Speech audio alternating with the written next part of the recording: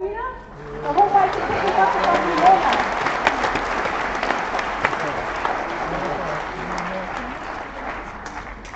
Ka e pai ake nei ko ngā pōtake, ko ngā tauwhitu, tauwaru o te kura nei. Our little Pepe, who were taken by Lyric Bird, te whakatinanatanga o te tikanga te mahitahi a te taina me te tuakana i runga i te whakaaro kotahi. No reira e mihi atu ana kia Lyric.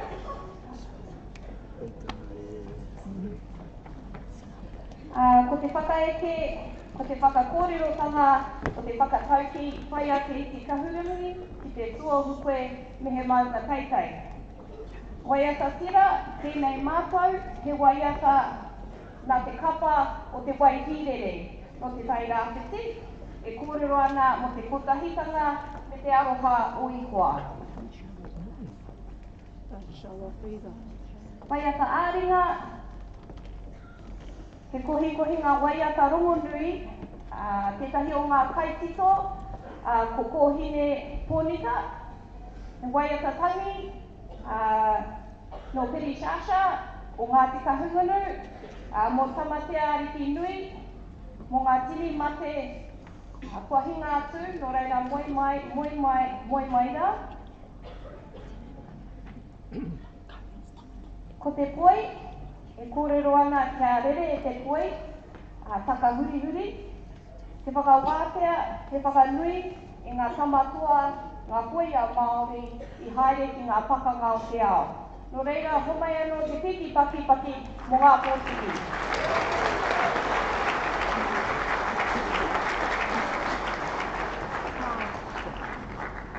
Smile.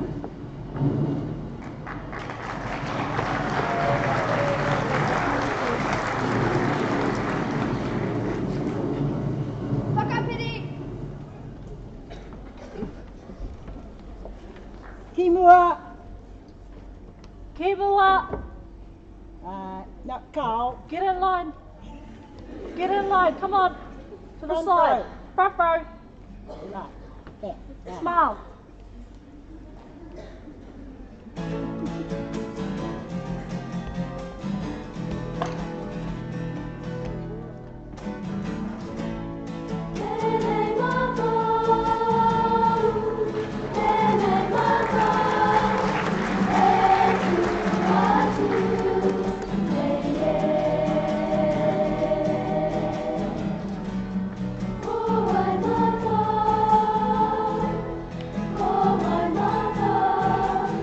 Oh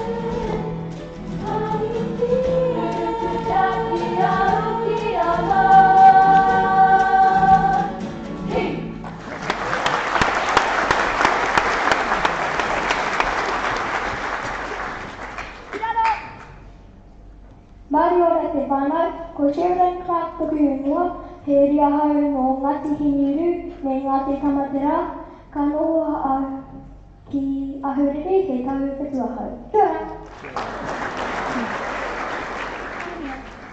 Tēnā rā koutou e te whānau ko ki toria kāpia toku ingoa, ka noho ai ki tāmiki makaira, he uri noa Ngāti Whātua. He tawaru wahau, mai ora te wā. Ngā mihi ki a tātou katoa, ko te pata te kupa Wolver tuku ingoa, he uri au no te pakipakitango hingi te moa me Waikato. He tauwaru ahau, ka noho au ki Heretanga, kia ora. Ko i te whānau ko Abigail Wilson tuku ingoa, he uri au ko Ngāti Whātua, Ngāti Maru me Raukawa, ka noho ki Tamaki Makaurau he tauwaru ahau, kia ora. Kia ora e te whānau, Kaneru Uan tuku ingoa, he uri au no Ngāti Whurau me te autanga Mahaki, ka noho au ki Tūranga, he tauwhitua hau, kia ora. Maurura e te whānau ko Rimia Hoipo Scott toku ingoa, he uri ahau no Ngāti Kaumanu, he tauwaru ahau. Kia ora. Kia ora e te whānau ko Awhikaro Wahi toku ingoa, ko Ngāti Parau te iwi, noha ana ahau ki Heretanga. Kia ora. Tēnā koutou e te whānau ko Whilia Kā toku ingoa, he uri ahau no Ngāti Kura ngā pūtainui, ka noho ahau ki Tāmaki Makaura, he tauwhitua. Kia ora. Ngā mihi ki a koutou katoa, ko Chance Pretu Artang toku ingoa, he uri ahau no Ngāti Mania Poto, he tauwaru ahau. Kia ora.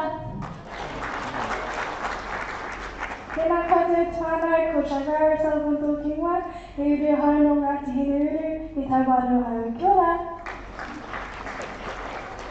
Tēnā koutou ko Matiri Huvenata toku ingoa, he uri ahau no Ngāti Porau me Ngāti Tūparetoa, ka noho ahau ki ahurere he tauwaru ahau. Kia ora. Kia ora e te whānau ko Camping toku ingoa, he uri ahau no Ngāti Kaumanu me Ngāti Parau hoki, ka noho au ki Noaka, he tauwaru ahau. Kia ora. Kia ora e te whānau ko Karina Timoni Roberts toku ingoa, he uri au no Tapuika, ka noho au ki te taura he tauwhitua. Kia ora. Kia ora, my name is Kura J. McGregor. I'm from Moro, I'm Year 7 and my area is Ngāti Pauwera and Ngāti Kaumanu. Kia ora. Kia ora koutou, ko Rani uri au tuku ingoa, ka uri au nā Ngāti Parau me Tautanga Mahaki, ko ahurere toku kāinga me he tauwhitu hau, nō nei rā, tēnā koutou katoa. Kia ora, ko Ārawhiti Whānau toku ingoa, he uri ahau no Ngāti Kaumanu me Ngāti Hine, ka noho ahau ki Heretanga, he tauwaru ahau. Kia ora. Kia ora te whānau, my name is Alan Johnson, I'm from Ahurere, and my area is Ngāti Kaumanu and I'm Year 7. Kia ora. Nā rā koutou te whānau, ko Pānuru Wirihana Pompi toku ingoa, he iri ahau no tainui hukununga te wairere, he here taonga tuku kaunga I ngāri no Waikato ahau, he tauwaru ahau. Kia ora. Kia ora, my name is Michelle Brown Pānana. I live in Hastings. My area is Ngāti Whara e ngā pohi, and I'm New Zealand. Kia ora koutou, ko Anaka Mahu Soku Ingoa, he uri ahau no te kahu, nā te kahu nunu, me waitonga, ki hira tau ngā au I noho ana, he tau waru ahau ngā mihi.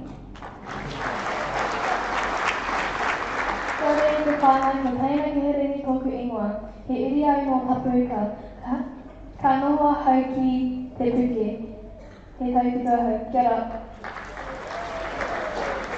Kia ora I te whānau, my name is Piariko, my iwi is ngā puhui and I'm New Zealand, kia ora. Kia ora I te whānau, ko te kaukura atiaki rōwhine Wellington tōku ingoa, e iri au no te whakatōhia, e noho au ki a hurere, kia ora. Nā ora te whānau ko Data Maker Stephen Tuku ingoa, he uri ahau no Ngāti te whare tō me rongo mai wahine hoki, he tauaru ahau, kia ora. Kia ora I te whānau ko Mokanauti me nā hau, he uri au no Ngāti Prau, noho nā hau ki a kuriri, he taupito hau, tēnā koutou. Kia ora I te whānau ko Liliana Reo tōku ingoa, ko Ngāti Kaununu te iwi, he tau whetu au, kei te noho au ki a hurere. Kia ora. Kia ora, my name is Harmony Brown, I am 11 years old. My iwi is Ngāti Kura and I am New Zealand. Kia ora.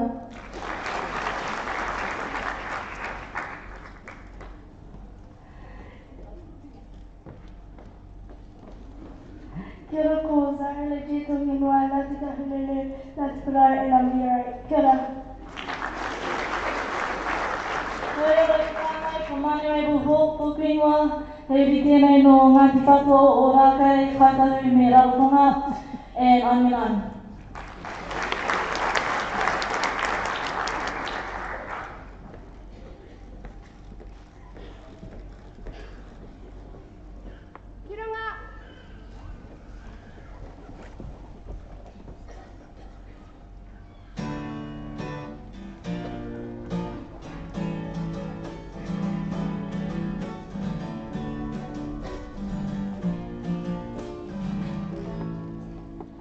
Kia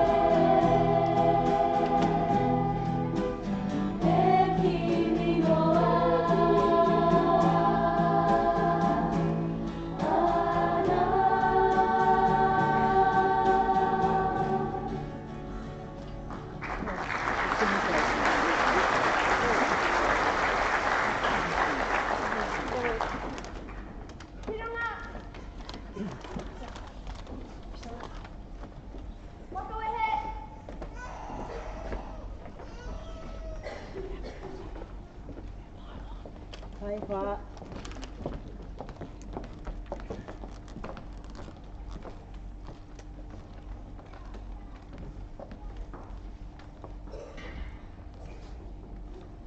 Bear with us, whānau. We have a presentation to make this evening for one of our staff who will be leaving us soon. So Year 7 would like to make that presentation. Miss Durkin, would you come on stage, please?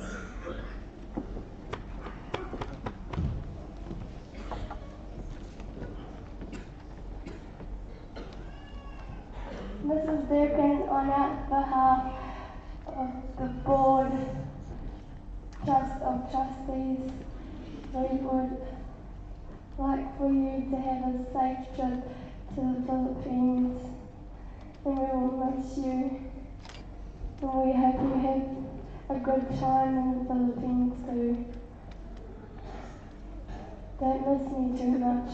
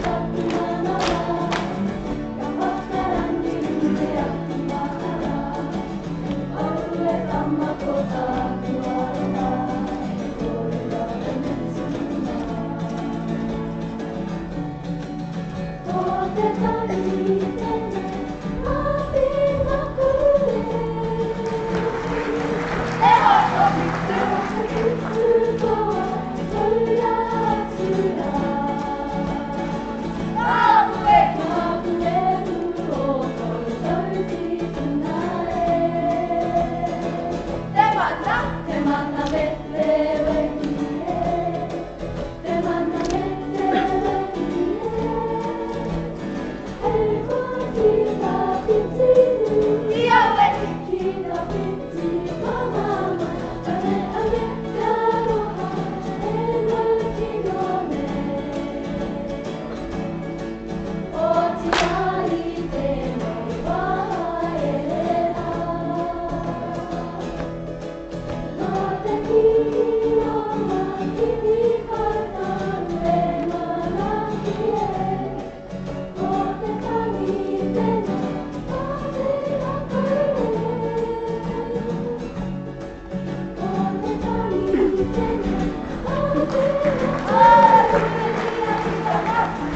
Thank you.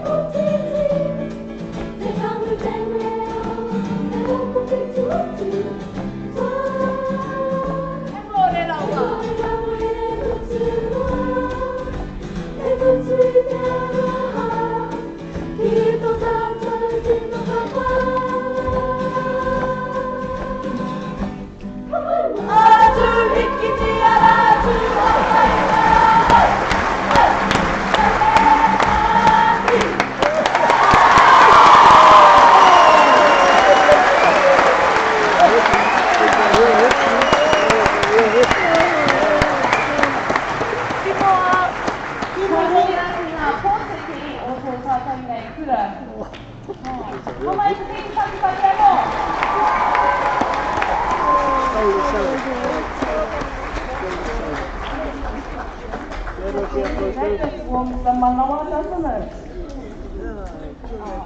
Standing on the side looking at them thinking, oh, you know why? It's going to be my tamahi in 2 years' time.